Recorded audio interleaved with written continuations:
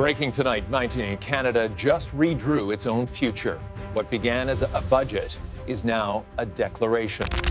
Because what Mark Carney unveiled today isn't politics, hey, it's a turning point, and the world is watching. Breaking tonight. Something just shattered every assumption about Canadian politics. After months of whispers, doubts, and endless speculation that Mark Carney wasn't ready for this moment, today obliterated all of it. Because today, Carney didn't table numbers. He tabled a declaration that says Canada isn't following anyone anymore. And if you thought this was just another budget day in Ottawa, you're about to discover why this changes everything. Ottawa, this morning. The chamber was packed, cameras fixed, critics sharpening their knives, ready to tear apart what they assumed would be another cautious, calculated, politically safe budget. But what happened in that room silenced them all. Finance Minister François-Philippe Champagne stood up and unveiled something nobody expected. Not a budget. A blueprint for Canadian independence. The speed, scope, and scale of change we're witnessing in Canada and around the world is quite unprecedented, he said. Translation? The old rulebook just got burned. Listen to what just hit the table. $25 billion for housing. The largest national housing investment since the Second World War.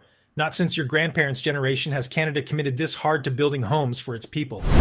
$30 billion for defense and security.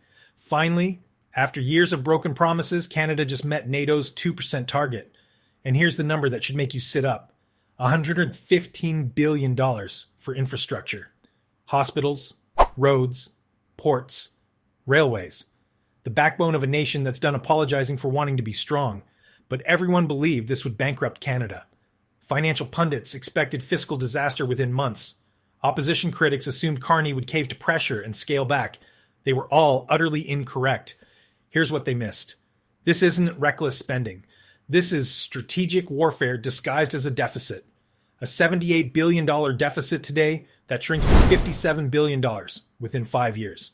From 2.5% of GDP to 1.5% as the economy expands. And here's the part most analysts conveniently ignore. That number isn't just a cost. It's the down payment on sovereignty.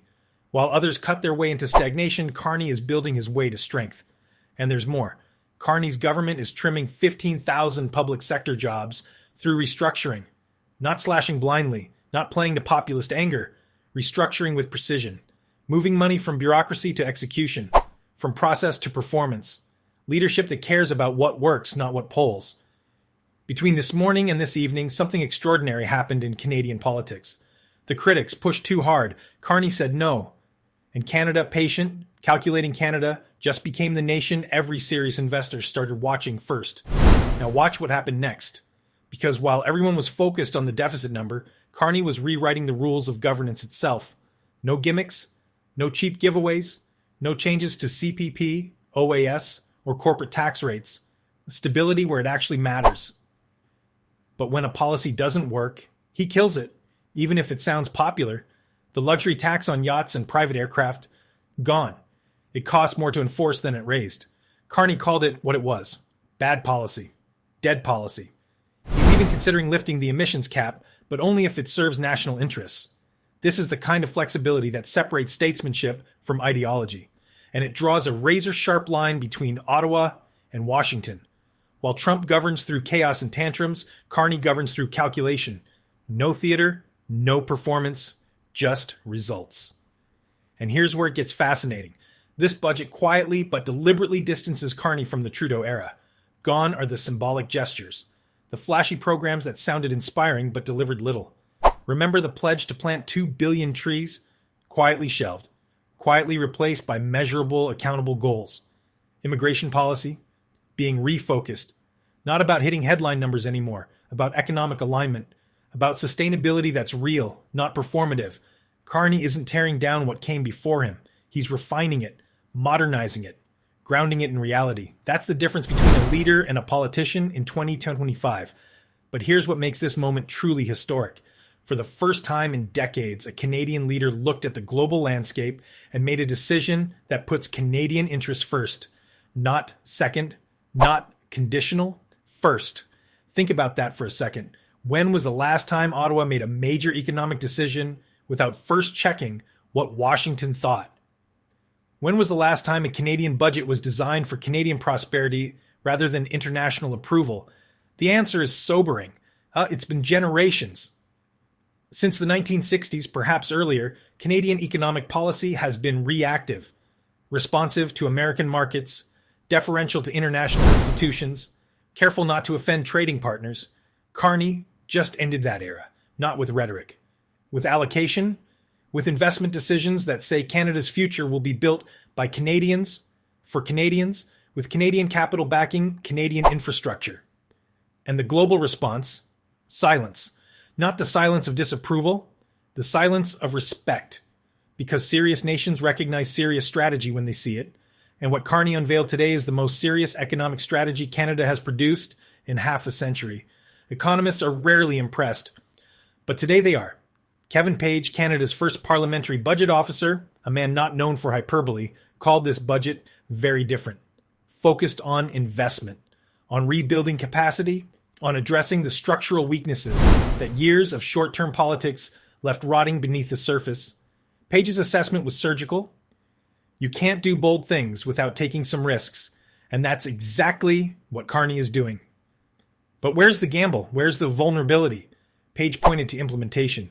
This much investment, another $10 billion a year on an accrual basis, maybe $20 billion a year in capital investment on a cash basis. Are we going to implement successfully? That's the question, not whether the vision is right, but whether Canada can execute it. And here's Page's most revealing observation. There's some honesty in this document. Honesty. When was the last time you heard that word used to describe a government budget? Page acknowledged the reality. An economy growing less than 1% a year right now, unemployment above 7%, weak investment for years. But the strategy, according to Page, is clear. Inject this level of investment and stimulate private sector investment alongside it. It's bold, it's risky, but it's calculated. The finance minister said Canadians will go to bed tonight thinking, we're going to be okay as a country. And here's the remarkable part. Even the skeptics are starting to believe him. Because here's what this budget actually accomplishes beyond the numbers. It reestablishes Canada as a serious economic actor. For years, international markets viewed Canada as a resource appendage to the American economy. Mining, oil, timber, valuable, sure, but not strategic, not innovative, not independent. This budget changes that perception immediately. When you commit $115 billion to infrastructure, you're not asking permission. You're announcing capability. You're declaring that Canadian development will be driven by Canadian priorities.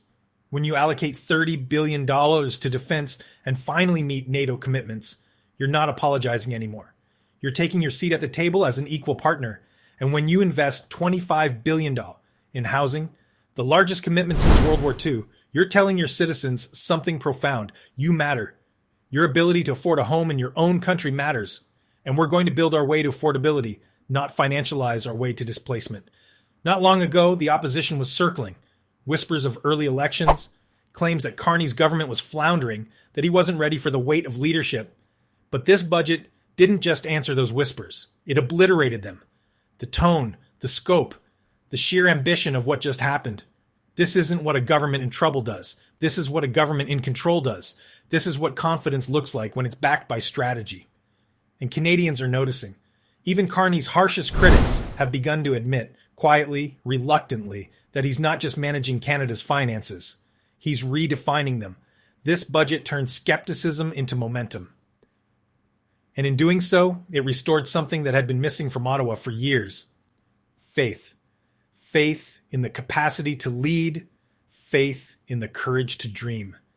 Think about what just happened here. For decades, Canadian budgets were written to manage decline, to survive, to follow Washington's lead and hope for the best. But under Mark Carney, Canada isn't following anyone anymore. This is the budget of a country reclaiming its independence, its ambition, its spine. The pattern has been identical across every G7 meeting for years. Canadian officials would reference American economic policy, express concern about trade relationships, and ask if Washington approved of Ottawa's approach. The answer was always conditional, yes. But stay in your lane, yes. But don't challenge our priorities, yes. But remember who the senior partner is. Carney just changed that dynamic permanently, not through confrontation, through demonstration. By showing that Canada can chart its own course and succeed. When future historians look back at this moment, This budget may mark the inflection point, the day Canada stopped apologizing and started building. The day a nation decided that survival wasn't good enough anymore. The day courage replaced caution. Carney didn't just balance the books today, he balanced the narrative. He took every doubt, every criticism, every whisper that he wasn't ready, and he answered them not with words, but with action, with vision, with a blueprint that says Canada's future belongs to Canada. And here's what that means for you.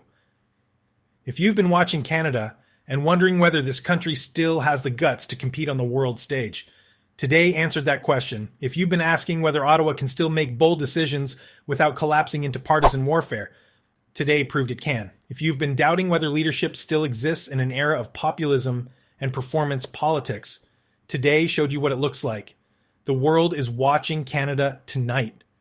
And what they're seeing is a nation that refused to be small. A government that chose investment over austerity. A leader who bet on growth instead of retreat.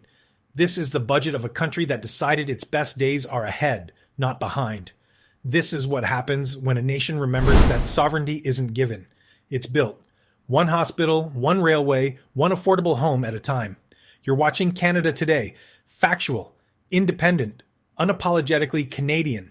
Subscribe now because we're following every move as Canada writes its next chapter. And if today taught us anything, it's that this chapter is going to be bold.